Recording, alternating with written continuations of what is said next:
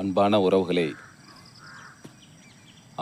இது விழுப்புரம் மாவட்டம் காணை ஒன்றியம் கருங்காலிப்பட்டு கிராமம்.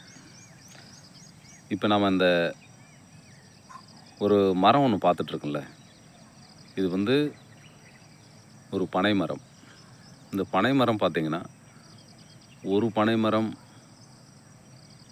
மரம் தான் நம்ம பொதுவாக பார்த்துருப்போம். ஒரு மரம் அப்படியே நிற்கும். ஆனால் இந்த பனை மரம் பாருங்கள், 1 2 ஆச்சு, 2 4 ஆச்சு, 4 8 ஆச்சு, 8 இப்போதைக்கு 16 ஆகாமல் 14 கிளையோடு இருக்குது. இன்னும் 2 கிளையில் மட்டும் 2ஆக பிரியாமல் இருக்குது. இது எல்லாமே பார்த்திங்கன்னா இதில் எல்லாமே 2 2ஆக பிரிஞ்சிடுச்சு. 14 கிளை இருக்குது. உதாரணத்துக்கு பாருங்கள், இந்த இடத்துல இதில் 2 கிளை இருக்கும், இதில் 2 கிளை இருக்குது, அடுத்த கிளையில் 2 கிளை இருக்குது, இதில் 2 கிளை இருக்குது. எல்லாத்துலேயுமே 2 கிளையோட 14 கிளை. இன்னும் சில மாதங்களில் சில நாட்களில் இந்த பக்கத்தில் இருக்கிறதுலையும் பார்த்திங்கன்னா 2 கிளை பிரிஞ்சு 16 கிளையாக வந்துடும். இன்னும் இதில் மட்டும்தான் வராமல் இருக்குது, மற்ற எல்லாத்துலேயுமே 2 கிளை பிரிஞ்சிடுச்சு.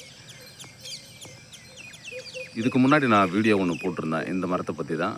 அந்த மரத்தில் அப்போதைக்கு பார்த்திங்கன்னா 8 கிளைகள் மட்டும்தான் இருந்துச்சு. 8 கிளைகள் இருந்துச்சு. இன்றைக்கி 16 கிளைகள் இதில் வரவிருக்கு. அடுத்து இன்னும் 1 ஆண்டுகள் 2 ஆண்டுகள் கழித்து பார்த்திங்கன்னா இதில் 32 கிளைகள் இருக்கும். ஒரு அதிசய பனை மரம் எங்களோட கருங்காலிப்பட்டு கிராமத்தில் இருக்குது. இது பார்த்திங்கன்னா யாரும் சமூக விரோதிகளோ இல்லை இந்த நிலத்தில் இருக்கிறவங்களோ யாரும் இதை அழிச்சிடாமல் நம்ம பாதுகாக்கணும். ஒரு அதிசய பனை மரம் தான் இது.